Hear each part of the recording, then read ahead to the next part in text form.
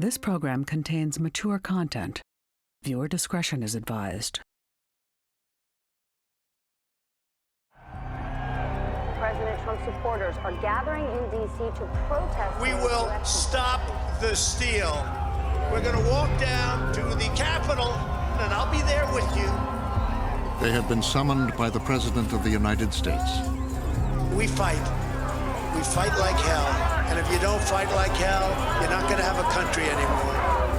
Couples breaking out as Trump supporters gather in support of his effort to stay in power. Madam Speaker, members of Congress, pursuant to the Constitution and the laws of the United States, they have stormed the U.S. Capitol, and something else that should be noted, they have done so with ease. It happened very quickly that the mob ran over the first barricades that were really just bicycle racks and then ran up the steps. Stand aside and let us in, you traitors! This is the United States of America, and we're watching protesters try to undermine the course of an election. The situation is getting out of control, that has turned insane, frankly. I could not believe when they actually were able to shatter glass that I had assumed was bulletproof. They were able to wedge open what I thought was the strongest door on earth. Their goal? To overturn the presidential election. The GOP! Mitch McConnell! We're debating a step that has never been taken in American history. I've served 36 years in the Senate. This will be the most important vote I've ever cast. The mob was hunting Republicans who turned on Trump.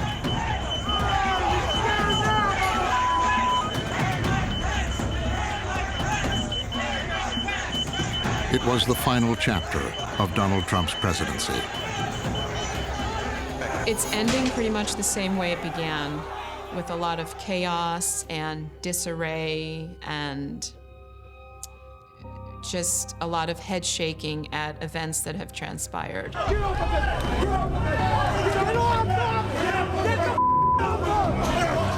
This is Donald Trump's America. We were warned over and over and over about it, and we ignored all of that. So here we are. He's got a gun!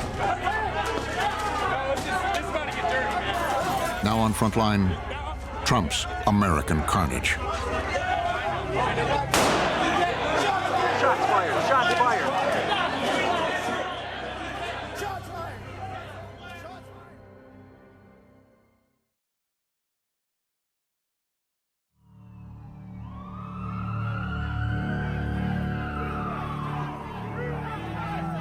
Donald Trump's presidency ended in a violent assault on American democracy.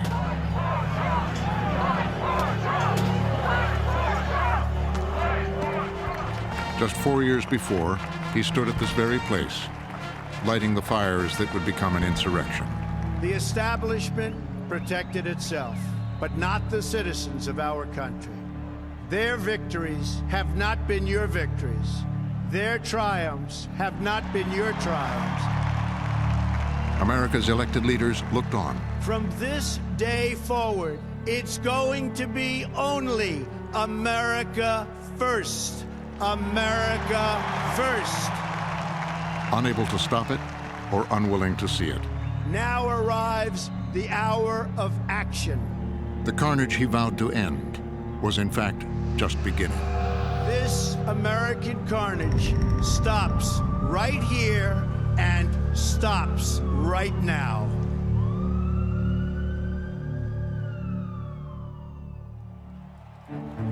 From his early days as a candidate, Donald Trump came out fighting. We are going to start winning bigly. Rallying distrust and anger against the government. We can't beat ISIS. Give me a break. Targeting Washington's leaders. We are led by very stupid people. And it was every location. It was the same messages. We're tired of Washington lying to us. Gonna drive the cars over the illegals.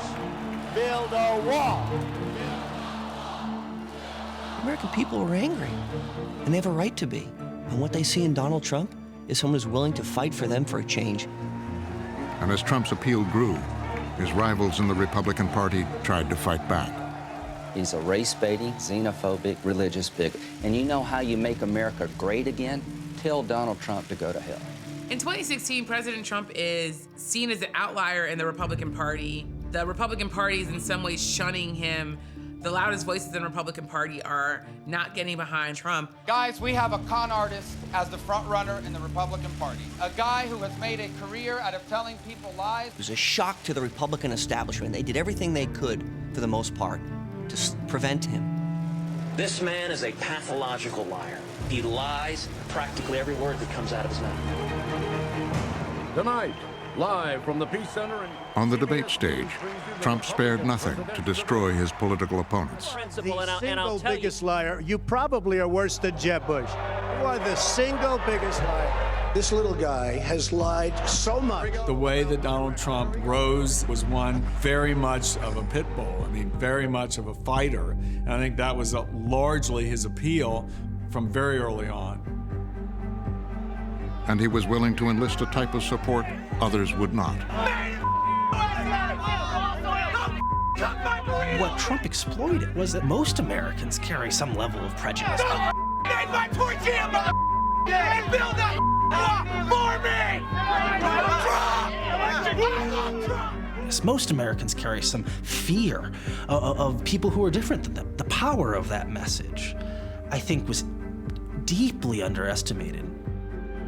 The campaign is continually dogged by a small and vocal number of white supremacists, Klansmen, neo-Nazis. This isn't a very large group of people, but they're very vocal. And they attach themselves to Trump. As anti-Trump protesters showed up at his rallies, There's a guy totally disruptive, throwing punches. he stirred chaos and violence. I love the old days. You know what they used to do to guys like that when they were in a place like this? They'd be carried out on a stretcher, folks. Like to punch him in the face, I'll tell you. That's true. You start seeing these really ugly moments, the rallies, with protesters, some of whom are non-white protesters, getting treated very violently by his supporters. Trump himself seeming to incite his supporters to go after protesters. You know, knock the crap out of him, would you? Just knock the hell out. I promise you, I will pay for the legal fees, I promise. I promise. It worked in state after state. Donald Trump is the projected winner. He regains his front-runner status in a crowded field. He's pulling ahead in virtually every Super Tuesday. Trump had marshaled a powerful base of support in America. Trump, unlike any other political figure, has been able to channel the real anger and dissatisfaction on the part of half of the country, if not more. We are going to This makes back-to-back victories for Donald Trump, dominating his third consecutive. Donald Trump is a professional political wrecking ball. Donald J. Trump. By July 2016, Donald Trump headed to the Republican convention after crushing the establishment candidates. And let's face it, he was larger than the Republican Party. In fact, his nomination was the hostile takeover of the Republican Party. In their defeat, the GOP leaders lined up behind the man who had ridiculed and attacked them. They ceded the reins to somebody who was pulling together this enormous movement on the far right fringe that was swamping the party. You know, the GOP thought they were in control, but by that point they were already losing control. They even gave him one of their own as his running mate. The next Vice President of the United States, Governor Mike Pence. It's a shock to the staff when they found out that Mike Pence had been chosen, given Trump's rhetoric and how extreme he was. I don't think that they expected him to be the one chosen as the running mate. When we elect Donald Trump, the 45th President of the United States, together, we will make America great again. Mike Pence was added to the ticket to give Donald Trump a measure of legitimacy in the Republican Party. If somebody like Mike Pence would agree to join the ticket and be the running mate for somebody like Donald Trump, then maybe he wasn't that bad. It was an unlikely partnership. Donald Trump will be the 45th President of the United States. On election night, it paid off. He had the party, a powerful base, and now the presidency.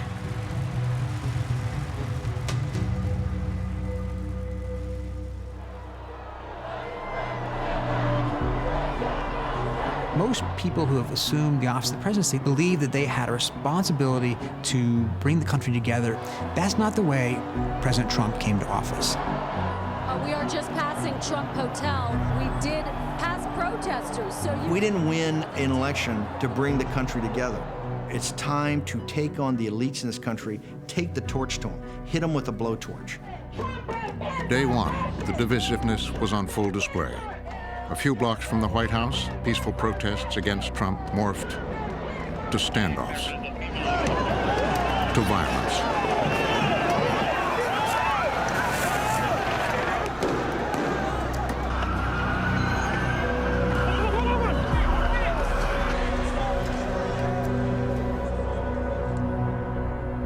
There's a brand new team in charge of the White House, a brand new staff to keep the wheels. This is just the beginning of what is going to be a very busy And in his first week, Trump leaned in, alienating and angering huge swaths of the public, with an executive order aimed at blocking people from 7 predominantly Muslim countries. Protection of the nation from foreign terrorist entry into the United States. That's big stuff. The tensions were rising on both sides of the divide. What's the reaction from around the country? Now protests, outrage, and backlash from President These actions that Trump does to appease his base, to excite his base, have incited the resistance against him. The travel ban is just one of the most important days of the Trump presidency. Not just because of the policy itself and what it says about us as Americans, much less the people themselves, who are now imperiled, unclear if they could come to the United States.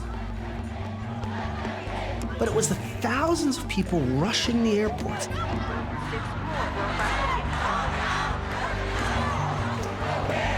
It was the day when it felt like democracy may be crumbling at its seams.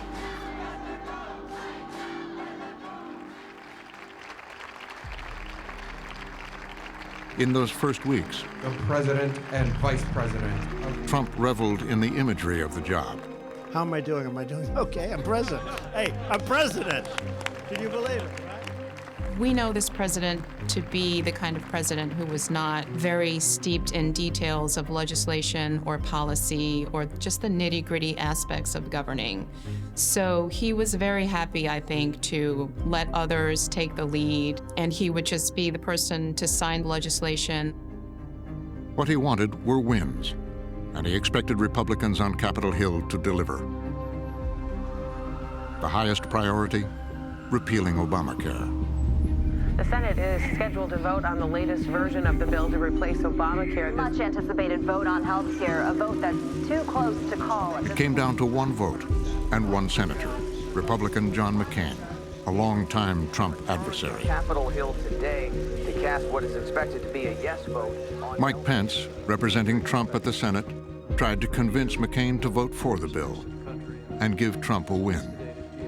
The vice president stood toe-to-toe with John McCain, and he was in his space. It was very close. They went on for, I don't know, it seemed like 15 or 20 minutes, back and forth, back and forth. Vice President Pence turned on his heel and walked away. Clerk, call the roll. It was the most dramatic night on the Senate floor I had seen in all my years up there. Mr. Durbin. John McCain walks up to where the vote clerks are, and he lifts his hand very dramatically. McCain, with a thumbs-down gesture, shocked the chamber. No. You could hear audible gasps in the chamber, and those gasps of surprise came from both sides of the aisle. In the Senate chambers, you could hear the shock. First gasp. Another devastating blow to Republican senators. The president had been watching on television. We were in the dining room off the Oval Office. There was profound disappointment that we were that close and that had spent a lot of effort really believing that we could finally do something when it comes to health care. So it was just a huge disappointment.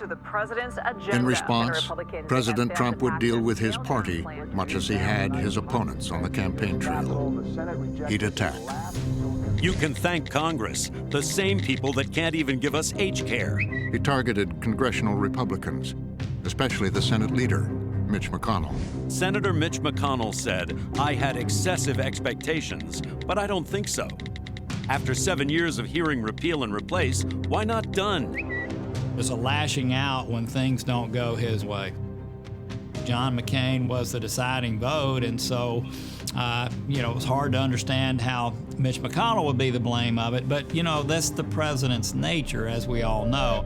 Can you believe that Mitch McConnell, who has screamed repeal and replace for 7 years, couldn't get it done?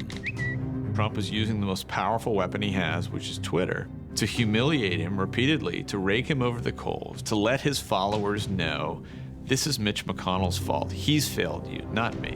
Mitch, get back to work and put repeal and replace, tax reform and cuts, and a great infrastructure bill on my desk for signing. Mitch McConnell learned a lesson. He had to keep Donald Trump on his side. Mitch McConnell's a very smart politician. I think he understood the Trump base perhaps better than most. And he understood that the Trump base was probably not loyal to him, but was loyal to Trump, and he needed them. So what Mitch McConnell did was to try and patch things up with the president, to try and say supportive things as much as he could and say nothing any other time.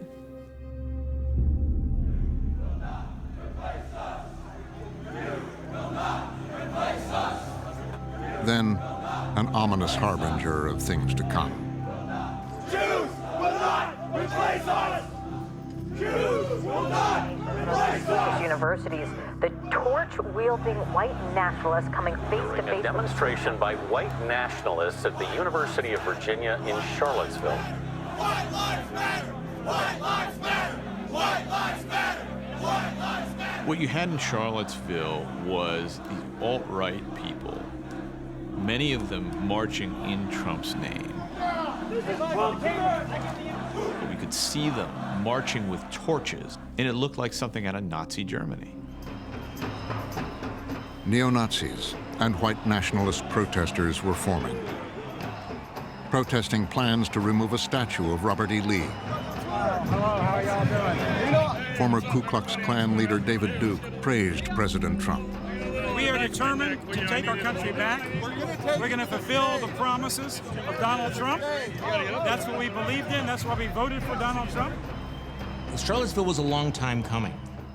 Even during the campaign, Donald Trump's flirtation with white supremacist organizations and the alt-right was a real problem. Those folks were being brought back into the political mainstream by Donald Trump. And Charlottesville was the moment. You're open! Violent clashes between white supremacists and counter-protesters broke Charlottesville under siege. And then, the unthinkable.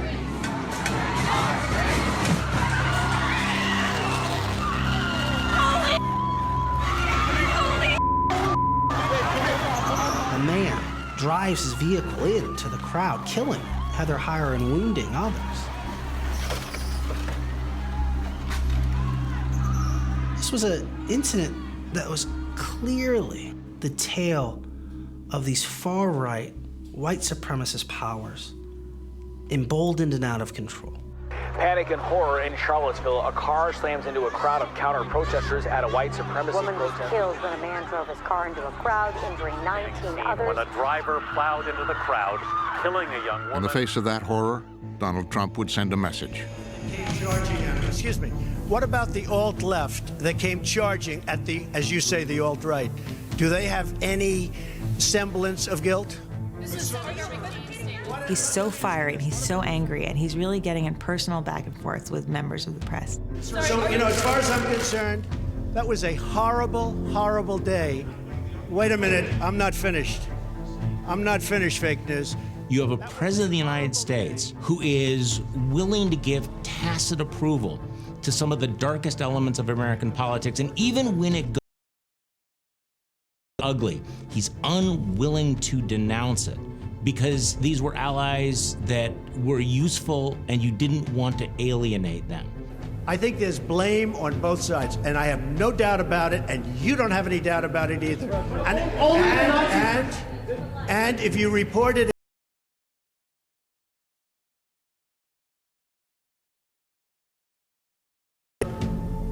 very fine people on both sides.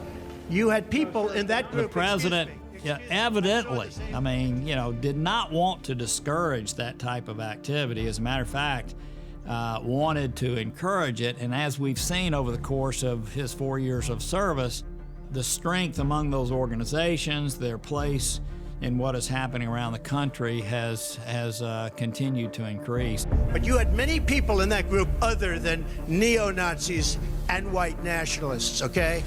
Thank you all very much. Thank you. What about the Nazis who support you? It's probably the first time where the country realizes this is gonna get bad.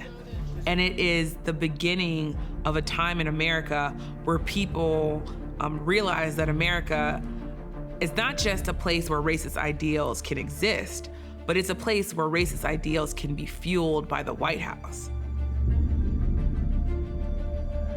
President Trump is being criticized by fellow Republicans for being Some Republicans broke ranks and came out against him. White supremacy, bigotry, and racism have absolutely no place in our society, and no one, especially POTUS, should ever tolerate it. Mr. President, you can't allow #white supremacists to share only part of blame. There's no moral equivalency between racists and Americans standing up to defy hate and bigotry. I reacted in a way that most of my colleagues did as well, that this was not where a president should be. This was a layup. This was easy. If there's white supremacy in any form, you condemn it. I mean, that's the easy thing to do, and he didn't. And thought, oh man, that's really drilling down on the base. While Vice President Pence condemned white supremacists, he also stepped up to defend the president. Quotes. Many in the media have spent an awful lot of time focusing on what the president said and criticisms of what the president said, instead of criticizing those who brought that hatred and violence to the streets of Charlottesville, Virginia. He certainly was appalled at the events in Charlottesville. I have heard him say that behind closed doors. The problem is, this is a White House where if he said that, it would be in direct contradiction to sort of the sidestepping that the president was doing.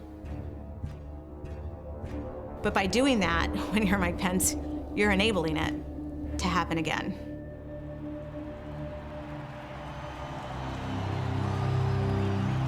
But Trump showed no regret. He went after his critics, especially Republicans who had spoken up. Well, I'm thrilled to be back in Phoenix, in the great state of Arizona. He rallied his base against their own Senator Jeff Flake. They all said, please, Mr. President, don't mention any names. So I won't. I won't.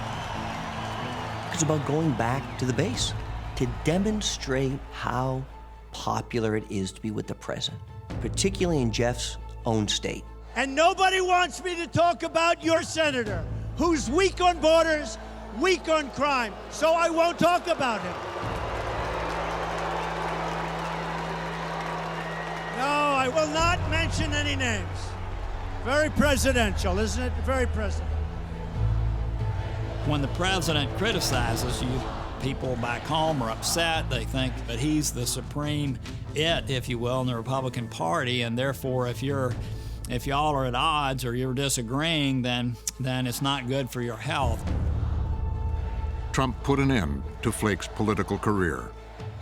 I think he knew at that time that I was out of step with a lot of the Republican base, that he represented more of their feelings than I did.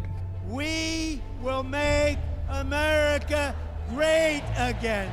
Thank you, Arizona. He wielded enormous power over Republicans. A lot of that power instilled in them a certain level of fear, which then led them, many of them, to refrain from calling out the president when he did something that they disagreed with. Two more GOP congressmen announcing that they will not seek re-election in the 2018. President Trump from 2 Republican senators calling it quits. In time, dozens of Republicans would be run out by Trump. Of more than a dozen Republicans who've decided that Senator Bob Corker was one of them. To me, we're the party of Lincoln. To be race baiting, to be demeaning people because of their color or their background, I mean, I'm sorry, that's just not the Republican Party that I grew up in. But instead, ours became the party of grievances, right? In the wreckage of Charlottesville, Trump emerged even stronger. Charlottesville was shocking at the time, but actually the template for much that followed. He understood that there were no practical limits or constraints, except for norms that he was willing to violate, except for public opprobrium, which he didn't care about. It looks like President Trump is going to get his Christmas wish. The most sweeping rewrite of our tax code. It culminated in front of the cameras at the White House. Republicans cheered as they passed the most sweeping tax overhaul in 3 decades. At a ceremony for the passage of his first major piece of legislation, a tax cut. Major victory for President Donald Trump. And I guess it's very simple. When you think you haven't heard this expression, but we are making America great again. You haven't heard that, have you? One by one, congressional leaders, including those he'd attacked, Mitch, how about you start it? came forward to praise the president. Well, let me just say, Mr. President, you made the case for the tax bill, but this has been a year of extraordinary accomplishment for the Trump administration. Thank you, Mr. President, for all you're doing. A very special guy and great friend of mine, Vice President Mike Pence. What the Republican establishment now know is Donald Trump is unequivocally the leader of the Republican Party. He is the one who sets the tone of what takes place in Washington. He is the leader of our country, both politically and from a legislative side of things. I serve with him every day. President Donald Trump is a man of his word. He's a man of action. Thank you, Mr. President. Thank you for your leadership. Thank you for your love for this country and the people of this country. You will make America great again. Their bottom line was, give us what we want. The tax cuts were what they wanted. The judges were what they wanted. And I think Donald Trump thought, this is a good deal for me. In return, I get ownership, lock, stock, and barrel of the Republican Party. Orrin, say a few words, please. Well, Mr. President, I have to say that you're living up to everything I thought you would. You're one heck of a leader, and we're all benefiting from it. And we're going to make this the greatest presidency that we've seen, not only in generations, but maybe ever. God bless all of you. This was a fight for the soul of the Republican Party, and Trump won. There's no question about it. And it's not so much that Trump took over the Republican Party, it's that the Republican Party completely capitulated to him. They're all united in believing that in order to survive politically and not lose in a primary, they have to stick as close to him as possible. Even when he puts out racist tweets, you cannot criticize him in public. Even when he engages in the most reckless behavior, you cannot break with him in public. With his party behind him, Trump was emboldened. He seized an issue that would continue appealing to the extreme elements of his base: immigration. We want our country to be a sanctuary for law-abiding Americans, not criminal aliens. We're not playing games. The closer we get to 2020, the more this president and his advisors are saying immigration is our fire. That's the fire we put in our torch. The shocking centerpiece: zero tolerance. separating children from their parents. Now, Democratic lawmakers are voicing their anger over the family separation. Young children are pulled from the arms of their mothers. The growing outrage over families being separated at the border when they arrive. It ushers in a part of America and a history of America that people are going to look at for years to come as the defining moments of the Trump presidency.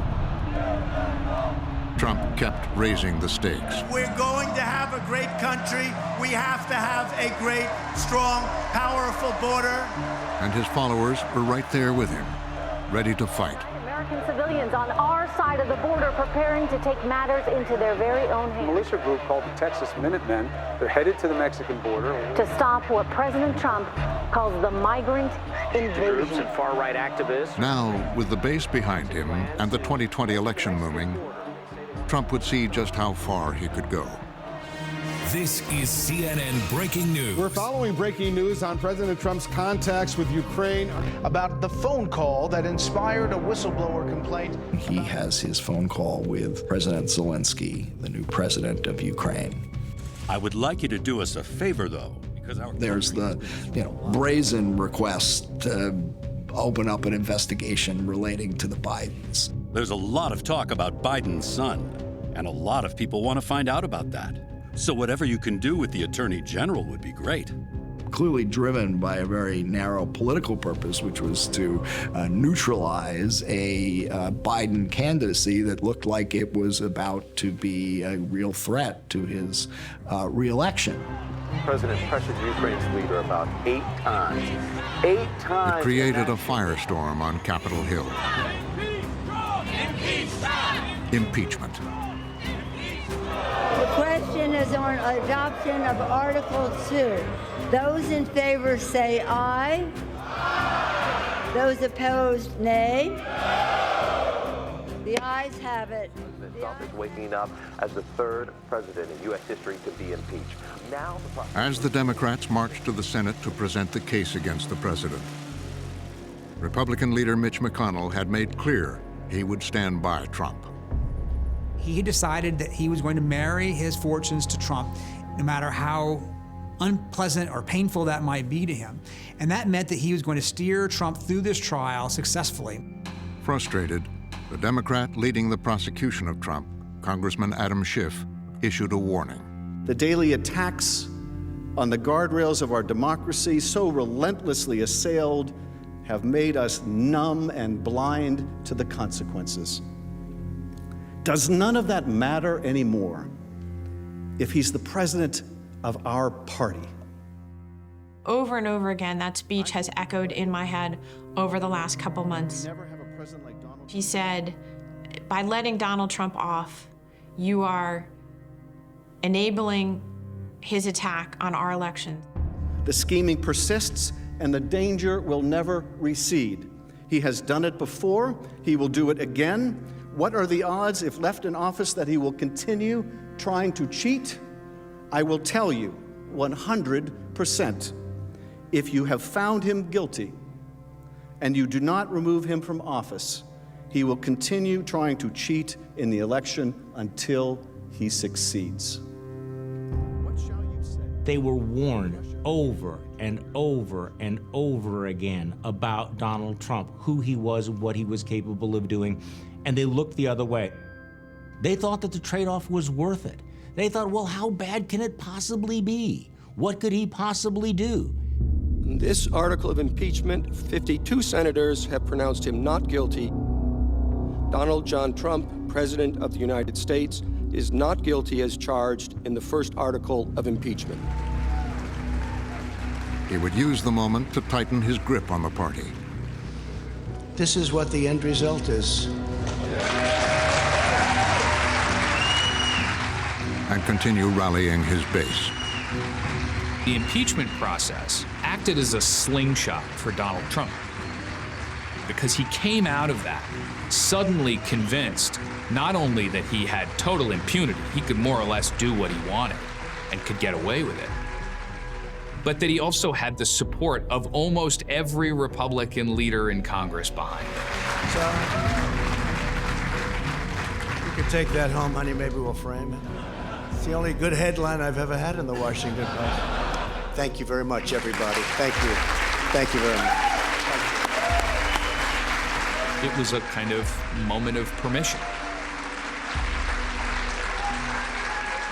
And then at that point, all the guardrails fell away. He had nothing to be afraid of at that point. He could do whatever he wanted. And that's exactly what he did. As the country was reeling in protest over racial injustice, he exercised his power violently. I'm sitting on the corner of Pennsylvania and 17th Street, and I start coughing and choking, and I start wondering what's going on.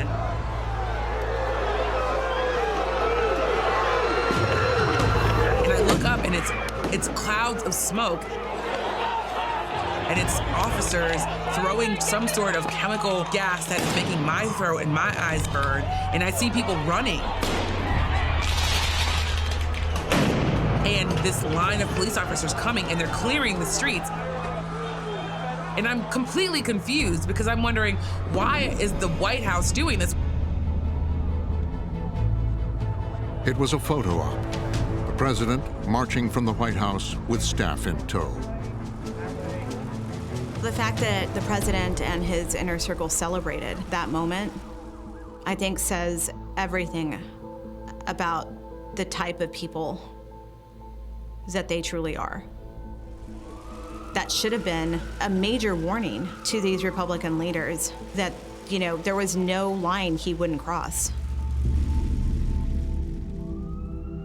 Empty streets lead to packed emergency rooms across New York City. Paralysis in this typically vibrant city in just a matter of weeks. Across America, desolation and despair. FEMA sent 85 refrigerated trucks to New York City to hold the people who've perished. As Trump's handling of the pandemic cost lives and threatened his re-election. True cost of COVID, measured not by numbers, but families. In the crisis, Trump attacked opponents. Now the Democrats are politicizing the coronavirus. You know that, right? Coronavirus.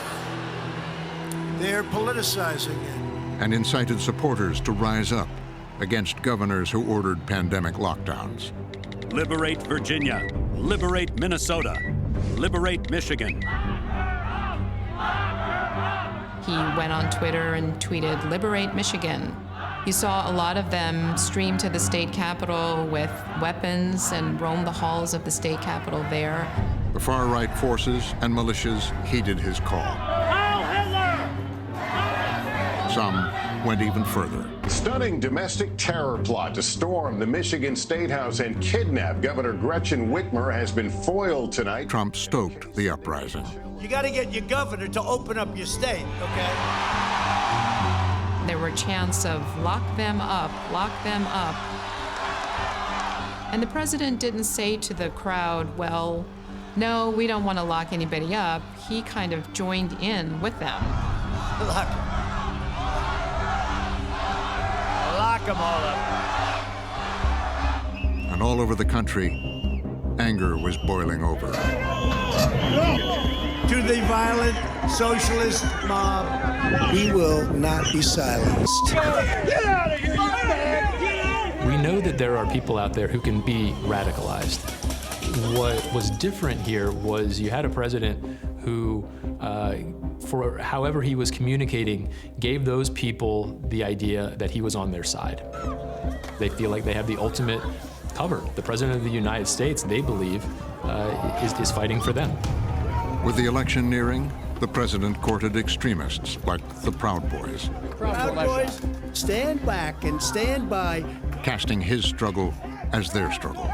You can't underestimate the fervor from that base. But you sometimes have to meet force with force. You can't just stand back, sit back, and watch it take place. Everything that you did to me, bitch! Told you I'd get you! Him telling those people who believe in him and who have made him a part of their lives and their hopes that he's under attack, they all feel under attack. And I think that's when we saw things really get haywire.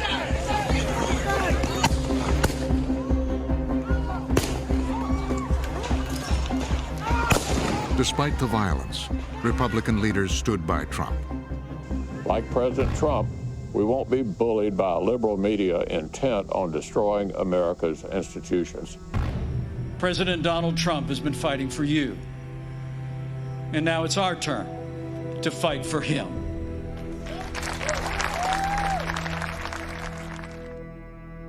Decision 2020, election night. But on election night, it's 192-114. Biden picking up Arizona changes the map. the presidency began slipping away. Right now, Biden has 220, Trump has 213. We're watching this. Just before 2:30 in the morning, Trump went before the cameras. This is a fraud on the American public. This is an embarrassment to our country. We were getting ready to win this election. Frankly, we did win this election. What Trump said to them on election night, we're going to win. Unless they steal it from us, we're going to win. Trump is set to speak for the first time since We have not seen the president since the early hours of Wednesday morning when he falsely claimed victory. He would not let go. If you count the legal votes, I easily win. If you count the illegal votes, they can try to steal the election. Now, Trump's final assault on democracy would begin. We are up big, but they are trying to steal the election. He took to Twitter. They are finding Biden votes all over the place. To promote baseless conspiracy theories. Surprise ballot dumps were counted. Very strange. That's when it got out of control. Stop the count. Rather than just being a sore loser who's complaining that he didn't get what he thought he deserved, he becomes the fomenter of a whole new reality. Where are the missing military ballots in Georgia? Watch for massive ballot counting abuse. We saw the annihilation of truth aggressively in the weeks after the election, where the president pushed one bizarre conspiracy theory after another, one lie after another. One by one, congressional Republicans jumped on board. You got more than 10,000 dead people confirmed in Michigan to have voted. That is outrageous. They ramped up the disinformation, inciting the pro-Trump base. Philadelphia elections are crooked as a snake. They are setting the stage to potentially steal an election. It is lawless, and they need to follow the law. President Trump won this election, so everyone who's listening, do not be quiet. Trump people believe to this day that the election was rigged. They believe to this day that Donald Trump is duly elected president of the United States. They believe that. They are wrong, but they believe it. We want justice! At vote counting centers, the anger was growing. The president perpetrates this total untruth about the election. And intelligent, hardworking Americans follow him lock, stock, and barrel, and it demonstrated to me the tremendous fragility of our democracy. Threats were beginning to pour in. Election officials were being accosted near their homes.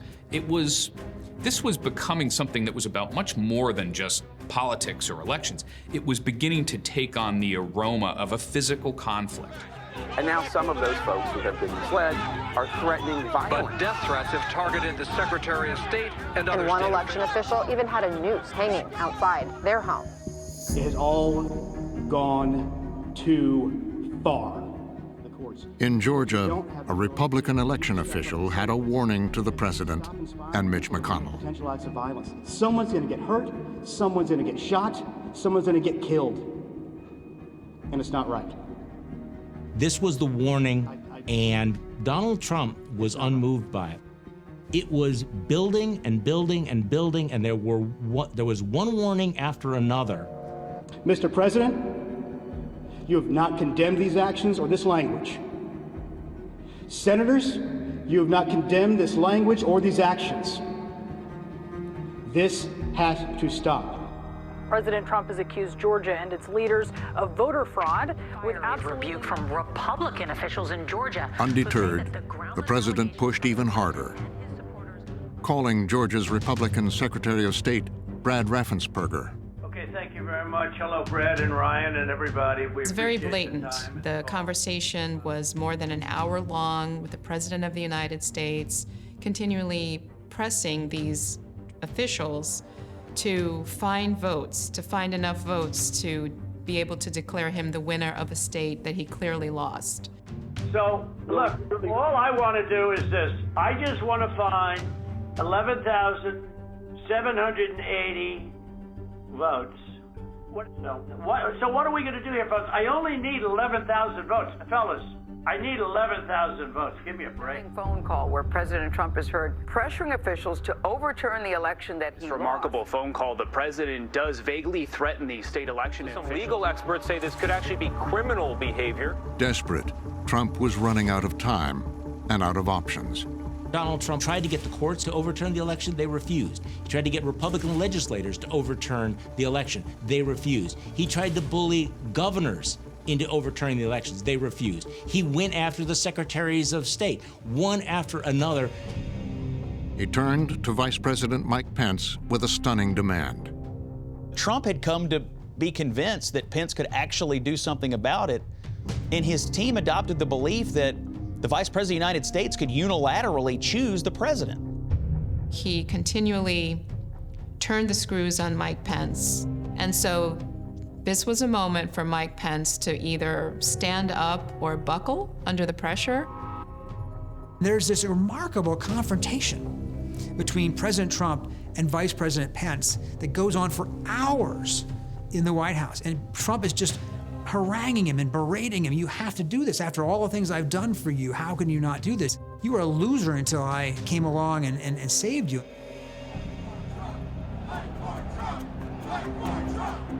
Then, with Congress meeting to ratify the election, Trump unleashed the insurrection. We will never give up. We will never concede. It doesn't happen. You don't concede when there's theft involved. This was specifically a rally to stop normal democratic process of U.S. government. It was a rally, stop the steal, that was intended to oppose the peaceful transition of power. Our country has had enough. We will not take it anymore, and that's what this is all about. He incites this sort of rhetoric. He incites anger. He gets these people fired up. You have a whole group of supporters out there who thinks that's their call to action. Now it is up to Congress to confront this egregious assault on our democracy. And after this, we're going to walk down, and I'll be there with you. We're going to walk down to the Capitol. He may not have said, man the barricades, storm the Capitol, but that's what they heard. And he should have known better. After 5 years in politics, he should have known better. Inside the Capitol, Mike Pence would disobey the president. Madam Speaker and members of Congress, pursuant to the Constitution and the laws of the United States, the Senate and House of Representatives are meeting in joint session. Mitch McConnell would also break with the president that day. If this election were overturned by mere allegations from the losing side, our democracy would enter a death spiral. Mitch McConnell finally says, that's it, no more, we are done. We never heard Mitch McConnell say anything like that in the last 4 years. He had finally had enough. As the angry crowd ransacked the Capitol, Trump gave them a target. Trump, in the middle of it, he sent out a tweet attacking Mike Pence. Mike Pence didn't have the courage to do what should have been done, to protect our country and our Constitution. I still can't get over that. I imagine that Mike Pence can't get over that.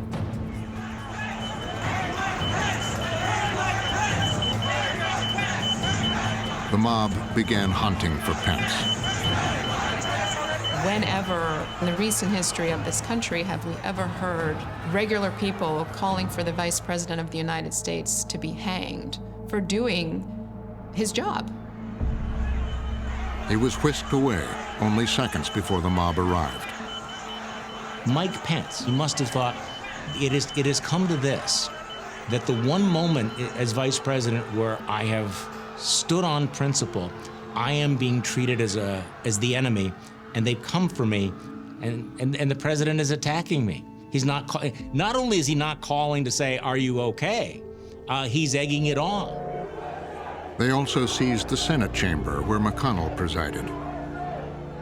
Mitch McConnell achieved so much with President Trump, but on that day, it was clear how much it had cost to him and to his party. A few hours later, after the deadly riot was quelled, Congress returned. Senate will come to order. But the battle over the election was not over. Mr. President, sadly but resolutely, I object to the electoral votes of my beloved Commonwealth of Pennsylvania. Even after the attack that would leave 5 people dead and many injured, 147 Republican members of Congress stood with the president, voting to overturn the election results. They may think they did it for short-term political gain, but the videos of people beating cops with American flags, running around, "Where's Mike Pence? Hang Mike Pence." Is that who you want your political base to be? Do you feel the need to pander to those folks? I would hope the answer to that would be no, but that's exactly what that vote was. It was a pandering vote to people who were resorting to violence with the tools and the intent to really hurt people. Donald Trump had brought carnage to the nation's capital. In his wake, a fractured Republican Party and a bitterly divided America. It is not over.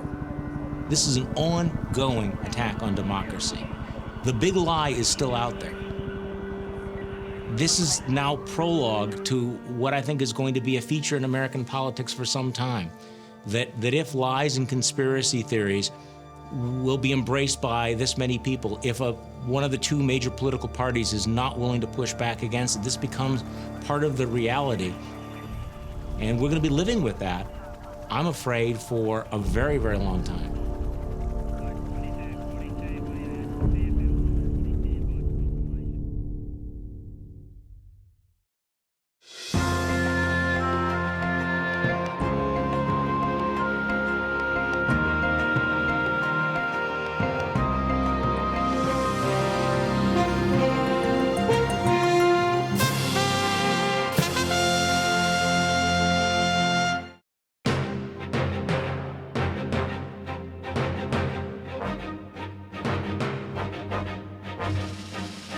For more on this and other Frontline programs, visit our website at pbs.org/frontline.